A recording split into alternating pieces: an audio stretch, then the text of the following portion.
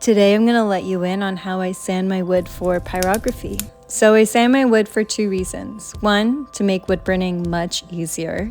And number two, to create high quality artwork. So here is my setup outside with all my equipment. I'm not a professional woodworker. I like to keep it simple. So I start with a dust mask. This is to protect my lungs when I'm outside, safety first.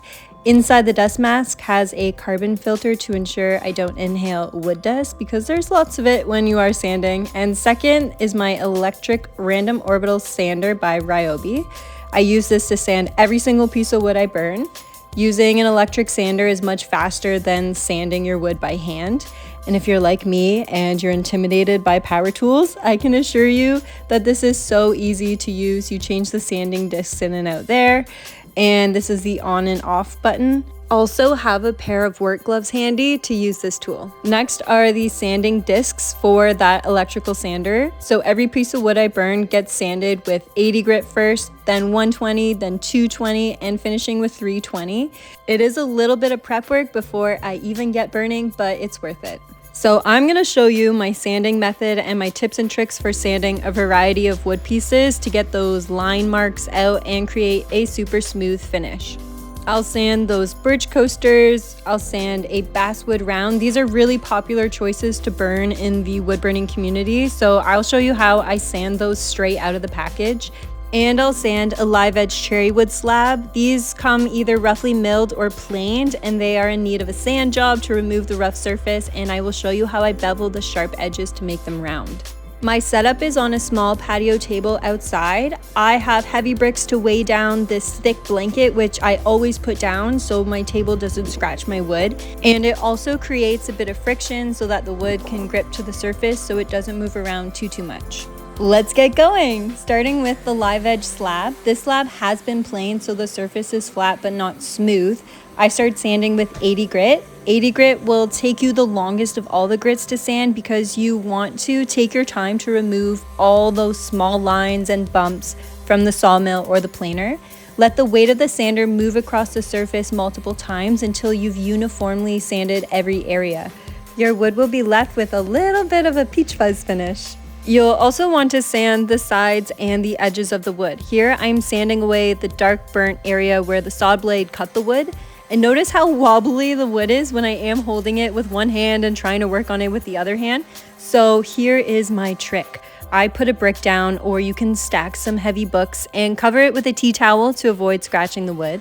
Now to bevel those edges, press down onto the wood with one hand and move the sander back and forth with the other hand as you gradually tilt and angle the sander 90 degrees around each of those edges so that they become rounded. And then it's not sharp when you pick up the wood. Make sure you also sand the back side of your wood because when you are selling this piece of wood, you want someone to pick it up and it feel amazing on every side, creating that higher quality product that we are trying to achieve. Switching it up now to 120 grit. This should be a little quicker than the 80 grit process, and hit up each side of the wood again. And then we are going to switch to 220 grit. You can see now it's very repetitive for each grit. And last one, 320. You might notice you have a lot of dust on your wood, so have a dry clean cloth handy to wipe down that dust in between grit changes. And hitting it home, now the wood truly feels as smooth as glass. And I wish that you could reach through this screen and feel how buttery soft this wood is. Honestly, it feels like I'm touching a mirror. So when you're home next, this is your homework. Go run your hand across your mirror and then touch your wood. And if it doesn't feel the same, then you need to sand your wood. Now moving on to the circular pieces of wood, you can see I have a nice scar, and I won't even show you the two fingers I sanded badly after making this video because I didn't wear proper safety equipment for sanding. So get yourself some leather gloves or heavy duty work gloves that are a great defense to the extremely fast spinning coarse discs of the sander.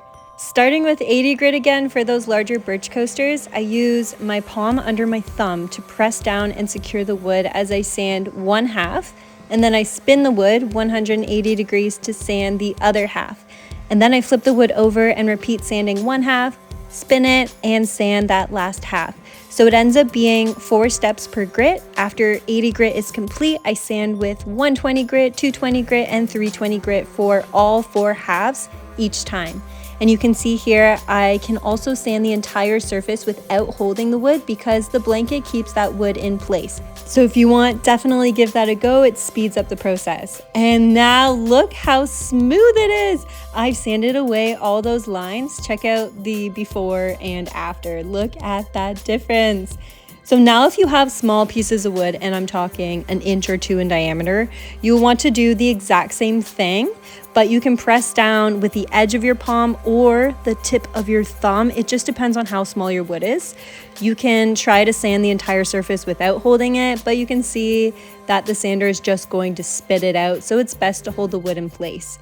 And once you've sanded with 80, 120, 220, 320 grit again, you can see the difference it makes. And we're talking only a couple minutes to achieve this. Here is basswood that a lot of wood burners burn on. And when you do order it or when you find basswood in a shop, it does come smooth and sanded, but it is just not sanded to the smoothness that I desire. And it makes a world of a difference to burn on. So again, I rough up that surface, hey Storm, with 80 grit, and I sand each side with 80, 120, 220, and that 320 finisher. Here is the before and after. I only sanded one side of this basswood to show you. You can see the lines from the belt sander from right out of the package. But when you start to sand your wood after watching this video, oh my goodness, what a difference. The belt or drum sander only sands your wood in one direction, which contributes to those straight line marks on the surface. And a random orbital sander spins the disc of sandpaper around at random, which leaves you with no lines and a uniform finish. So do make sure you are working outside or in a wood shop with ventilation because you're about to get dusty. Have fun, bye.